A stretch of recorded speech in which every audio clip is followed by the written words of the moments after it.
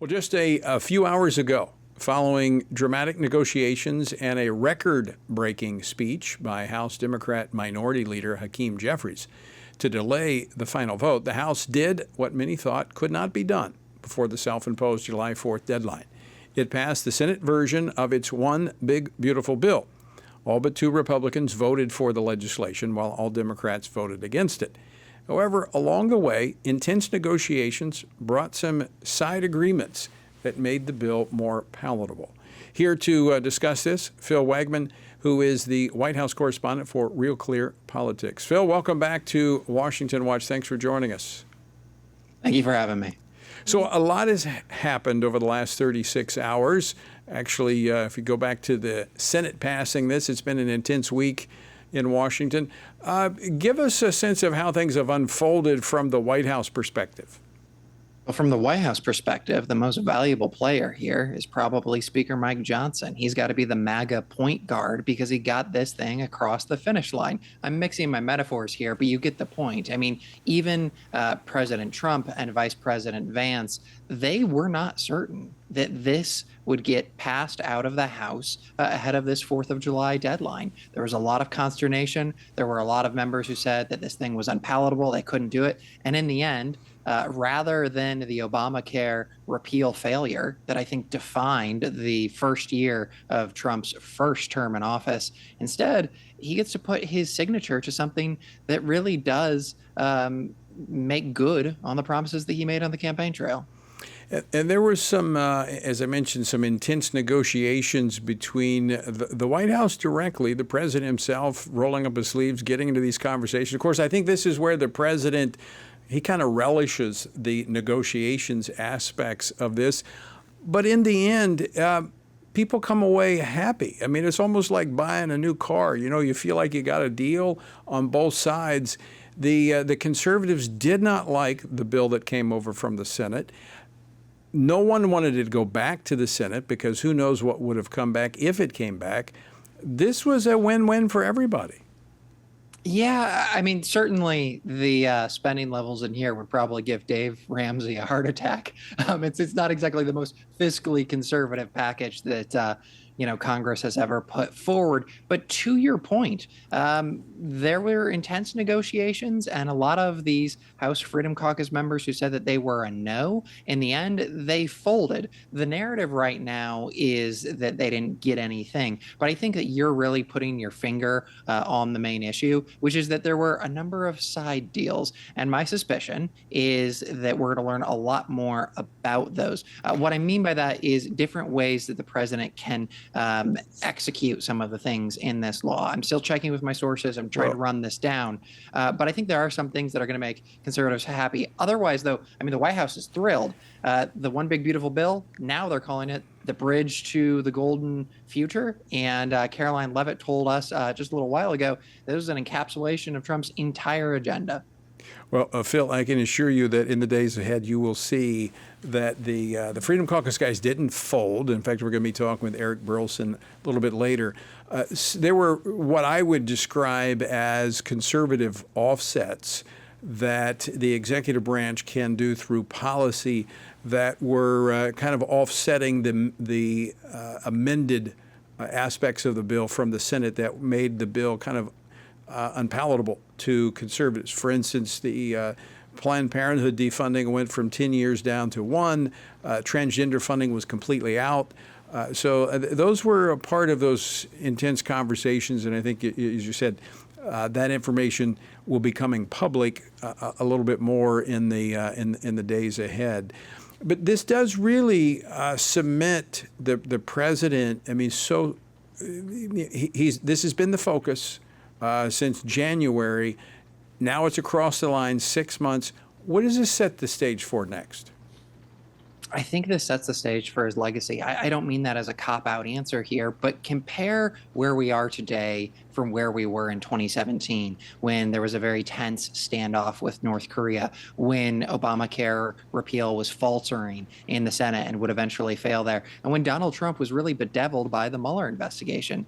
it's night and day now. This is completely different. And I think with this bill in particular, what you see is sure, there's some typical GOP framework, but more than anything, this is the flavor of Donald Trump. He got the no tax on tips, the no tax on Social Security, codification of his 2017 tax law.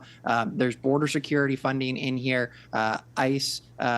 Border czar Tom Homan, he tells me that deportations are going to skyrocket as a result of this bill. And then there's also, increased funding for the military. So I think what this shows is that, Donald Trump, he's kind of at the zenith of his power, and I'm not certain what comes next. There's going to be, an opportunity for another reconciliation bill perhaps next year, but we'll have to see. Donald Trump, this is his party, and he, with his allies, delivered. Let me go back to, as you said, mixing your metaphors, the point guard there with the speaker running that. So let's talk about that for a moment, because now the attention in Congress turns to the appropriations, something that actually hasn't happened. The normal appropriations process hasn't happened in almost 2 decades. And so they've already passed one appropriations bill off of the House. They've got, I think, 3 others have come out of committee. So they still have about 9 or so to go. Are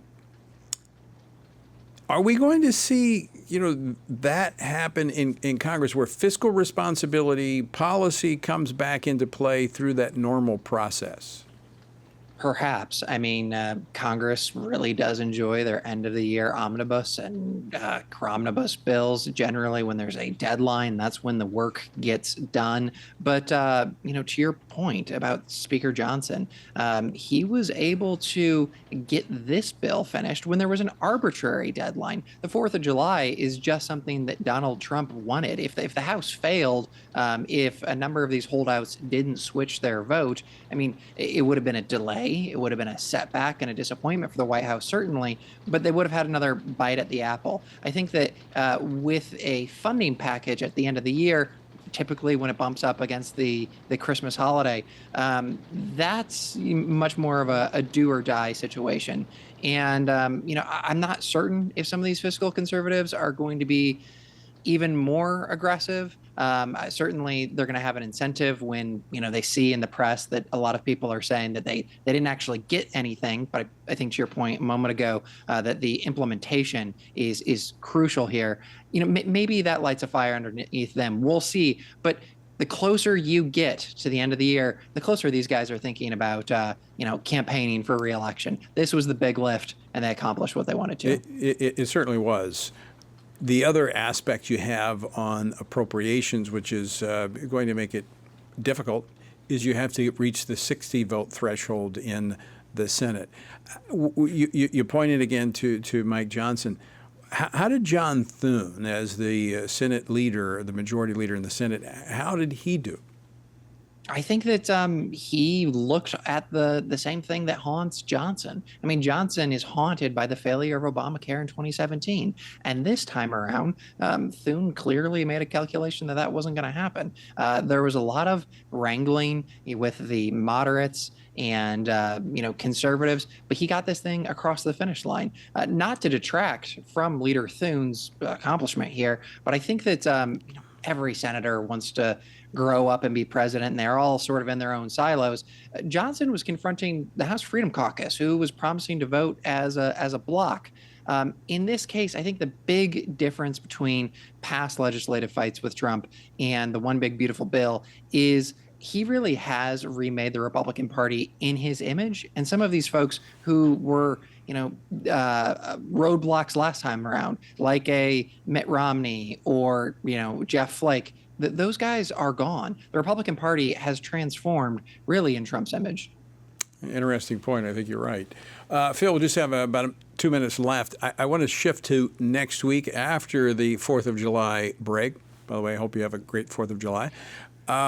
The Prime Minister of Israel, Benjamin Netanyahu, will be here for a meeting with the president on Monday to discuss a ceasefire for Gaza. But in advance of that, and I'm going to talk about this in the next segment, but in advance of that, the Likud ministers issuing a statement calling on the Israeli government to declare sovereignty over Judea and Samaria. Is there some fear that the Trump administration may be pushing for that old two-state solution. We're going to see the details. We've heard some leaked out about different governing structures, but I think that the through line here is that when Donald Trump is solidly on Israel's side, he's up to the hilt. I mean, we saw that with these strikes on Iran. The most fateful decision. He was willing to do that, but also the president has been more than willing to push back against Bibi Netanyahu. He has been more than happy to give him not the whole loaf, but half. So we'll see how those negotiations play out. But very much, I think that Prime Minister Netanyahu, he's going to be coming to the White House certainly after his armed forces, pulled off an incredibly successful attack. But he's going to be coming there in debt to the United States, because the United States is the one that finished the job with those 14 bunker-busting bombs that dropped on Fordo and other nuclear facilities in Iran. I think that Donald Trump, not Bibi Netanyahu, is going to be driving that meeting. We'll see next week. I think you may be right. Certainly, President Trump is really shaping that discussion with coming in behind Israel in taking on Iran. I think also if you got the negative news coming out of Gaza, it's going to set back, I think, the Prime Minister just a bit. Phil, always great to see you. Thanks so much for joining us. Happy Independence Day. Thank you.